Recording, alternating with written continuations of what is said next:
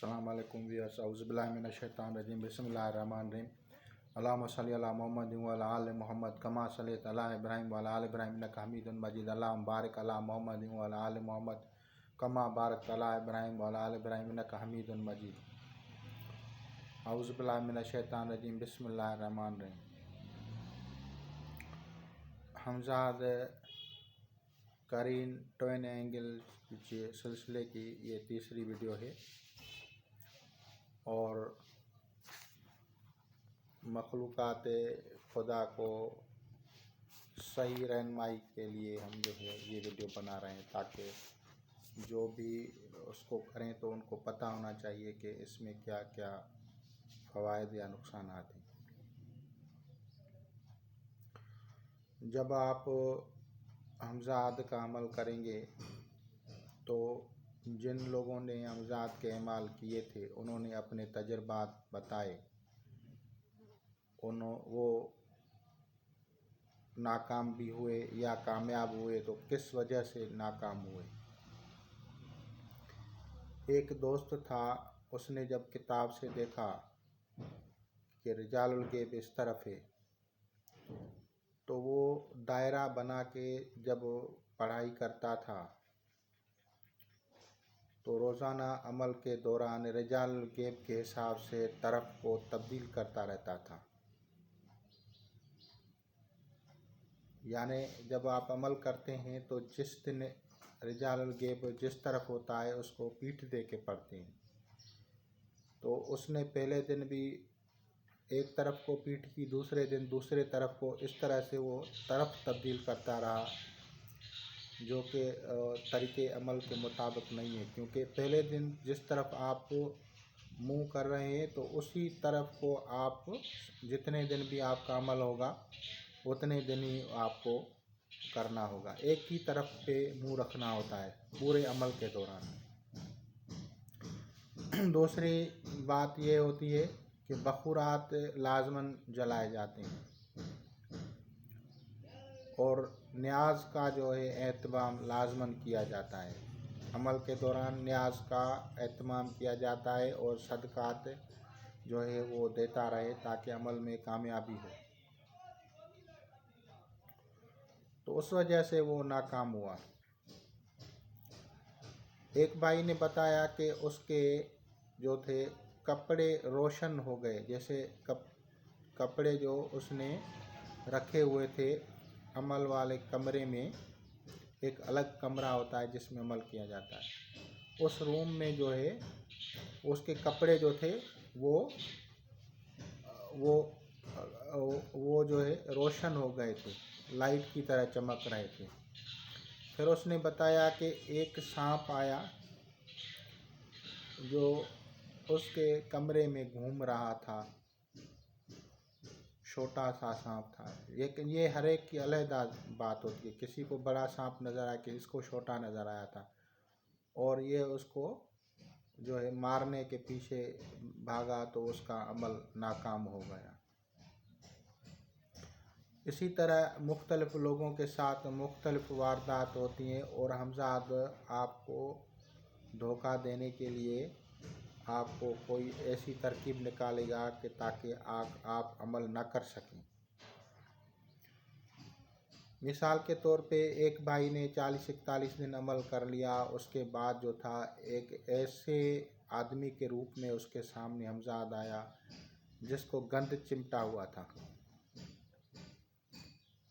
और फिर उससे खैरात मांगी और इसने उसको खैरात दी और उसको कहा कि मैं जाऊं, तो उसने कहा हाँ जाएं, आप जाएं। तो वो जैसे ही चला गया तो उसके बाद उसको नज़र ही नहीं आया। इसने पीठ फेर के देखा तो वो नज़र ही नहीं आया। तो हमजाद इस तरह के भी धोखे देता है लोगों को। और जो लोग हमजाद के रुजयत के शिकार होते हैं उनको वो जो है बहुत परेशान करता है। सबसे पहले जो है उसके दिल में वहम विश्वास पैदा करता है। विश्वास, ख्यालात उसके नर्वस सिस्टम पे ऐसा कब्ज़ा करता है कि जिससे उसको जो है वो उसको कहेगा ये चीज़ नुकसान है, इसको हटाओ। वो उसमें कुछ भी नहीं होगा लेकिन उसको बताएगा ये हटाओ, तो वो हटाएगा। फिर कहेगा इस चीज़ में नुकसान है, फिर इसको हटाओ, इसको ऐसे करो, इसको ऐसे करो। इस तरह की जो हालात और कैफियत होती हैं मुख्तलिफ औरतों और मर्दों के साथ, वो या तो हमजाद की रुजत का शिकार होते हैं या हमजाद दूसरों की हमजाद उसके ऊपर मुसल्लत की जाती है बज़रिया सहर व जादू। जैसे नारसिंह बीर है, माई मदानन है, या जो है लूना चमारी है, या कमाल पिंडत हैं, या शम्स खबीस हैं, या जो दूसरे नाम लेते हैं जोगनियाँ जो कहलाती हैं, ये दरअसल ये भी हमजाद ही होती हैं। और हमजाद जो होती हैं वो शयातीन या जादूगरनियों की हमजादें या बुरे कामों करने वालों की हमजादें होती हैं, जो कि हिंदुस्तान में बहुत पहले गुजरे हैं। उन्हीं के हमजादों को इस्तेमाल करके जादूगर लोग जो है मखलूक़ात खुदा को तकलीफ़ देते हैं। और अक्सर हमारे जो इस्लामी भाई हैं वो इस वजह से उसको इलाज करते हुए नाकाम होते हैं, क्योंकि वो समझते हैं ये जिन्न है। जिन्न और चीज़ होती है, हमजाद और चीज़ होती है। तो ये हमजादें उनके ऊपर मुसल्लत हो जाती हैं। तो इस तरह की, या उसको हमजाद कहेगा ये चीज़ खैरात करो, ये चीज़ खैरात करो, यहाँ तक कि उसके पीछे खाने के लिए कुछ नहीं होगा, सब कुछ उसका जो है वो उसको खैरात करवा देगा। चाहे वो उसका हमजाद हो या उसके किसी बड़े का हमजाद हो, वो उसका रूप लेके आएगा बाप और दादे का कि भाई तो ये चीज़ खैरात कर, ये चीज़ खैरात कर, ये चीज़ खैरात कर, वो करता जाएगा। ये हमजाद होता है। फिर वो उसका हमजाद हो या आमिल अगर रुजत हमजाद का शिकार होगा तो उस कैफियत में भी इस तरह होता है, या जो उसके बड़ों की कोई हमजाद होती है और वो उनको मुतासर कर रही होती है, तो इस वजह से भी होता है। और अक्सर व बेशतर जो लोग शरीयत मुतहरा को जानते कम हैं, जैसे कोई औरत मर जाती है तो लोग उसको मुंह देखने को सवाब समझते हैं कि आखिरी दीदार करें। तो औरत का मुंह देखना गैर मर्द के लिए, जिनके साथ निकाह जायज़ है, उनके लिए हराम होता है ना। तो वो उसको अगर गैर मर्द, उसको गैर मुहर्रम जो है उसको देखेगा तो वो रूह तो ऊपर चली जाती है, लेकिन उसकी जो हमजाद होती है वो उन लोगों को मुतासर करती है और उन पे असरात डालती है। इस वजह से बहुत सारे लोग बीमारियों में, परेशानियों में मुब्तला रहते हैं। उनको पता ही नहीं होता कि वो किस वजह से फंस गए हैं। वो जादू सहर नहीं होता, लेकिन वो शरीयत मुतहरा पे अमल न करने की वजह से वो बेचारे तकलीफ़ उठाते हैं। कुछ लोग जो हैं, जो अगर मर्द भी होता है तो गैर औरतें, गैर मुहर्रम औरतें उसका मुंह देखती हैं। रिश्तेदार तो होती हैं लेकिन गैर मुहर्रम होती हैं, तो उनको भी उसका हमजाद जो है वो मुतासर करना शुरू कर देता है। इस वजह से कुछ बुजुर्गाने दीन की मज़ारात पे औरतों को मना किया जाता है कि यहाँ इस हद से आगे औरत नहीं जाए,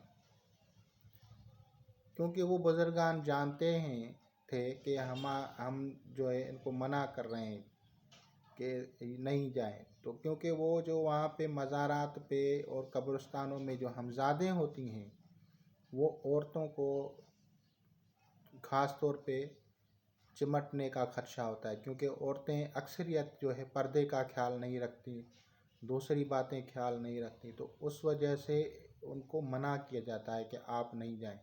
वैसे मना नहीं है, लेकिन इन अहकामात में अगर कमी बेशी हो जाए तो वहाँ से कोई भी चीज़ उनको पकड़ लेगी, इस वजह से उनको मना किया जाता है कि आप नहीं जाएं। तो हमज़ाद के मुख्तलिफ़ चक्कर होते हैं और अक्सर वो लोग जो है बेशतर हमारे जो है वो हमज़ाद का शिकार होते हैं। लोग उसको जिनात समझते हैं, लेकिन वो हमज़ाद होती है। उसके बाद जो है वो अगर हमज़ाद हाज़िर हो जाता है और ये उसके धोखे में नहीं आता है आमिल के, तो वो उसको हमज़ाद को से बात करेगा, कौल व इकरार करेगा, बातें करेगा, और उसको बातें करने के बाद जो है उसको कहेगा कि आप जो हैं मेरी जो है जायज़ उमूरात में मदद करें, क्योंकि नाजायज़ उमूरात में आप शर्त लगाना ही गलत है। फिर आप उससे कहेंगे कि ये वो भी शराइत डालेगा। वो अगर कहे कि आप मुझे पेट भर के खाना खिलाना है, तो आप उसको मना कर दें, दूसरा शर्त। फिर तीसरा शर्त, यहाँ तक कि एक ऐसा मतलब शर्त जो बिल्कुल ईजी हो, वो आप उसको एग्रीमेंट करें और उसको आप फिर चलाएं और आगे उस पर अमल पेरा हों। अगर खुदा न खास्ता आप उसको नहीं रख सकते तो फिर आप उसको आज़ाद कर दें। और रूहानी जो भी आ जाए आपके पास, ये तो मैं हमज़ाद की बात चल रही है, कोई भी आ जाए तो आप उसके कहने पे किसी को गलत नहीं समझें, क्योंकि कोई भी किसी का नौकर बनना पसंद नहीं करता और शरीयत में भी किसी को ताबे करना वैसे अच्छी बात नहीं है। लेकिन अगर आपको इतना शौक़ भी है तो फिर भी वो आपको ज़लील व ख़ार और तंग करने के लिए आपको जो है ना कोई ऐसी झूठी खबर बताएगी जिससे आप जो है उनको बददुआ दें या उसको हुक्म लगाएं कि इसको ये सज़ा दें, क्योंकि वो ऐसा झूठ बताएगा जैसे आप अपने या किसी दोस्त को भी गलत समझेंगे और उसको नुकसान देंगे। तो उन चीज़ों को आप समझो कि वो बता भी रहा है तो आप समझे है ही नहीं, और आपको सिर्फ जो है वो कोई अगर मरीज़ आए या कोई ख़ास ज़रूरत पेश आए तो उसके मुताबिक आप उसको अगर काम कहेंगे तो वो फिर जब पूरा करेगा तो उसमें आपकी दुनिया और आखिरत दोनों बनी रहेगी। इंशाअल्लाह ताला आपको मेरी बात समझ में आ गई होगी। आगे मैं थोड़ी सी तफसीलात के लिए जो है दूसरी वीडियो बनाऊंगा। खुदा हाफ़िज़।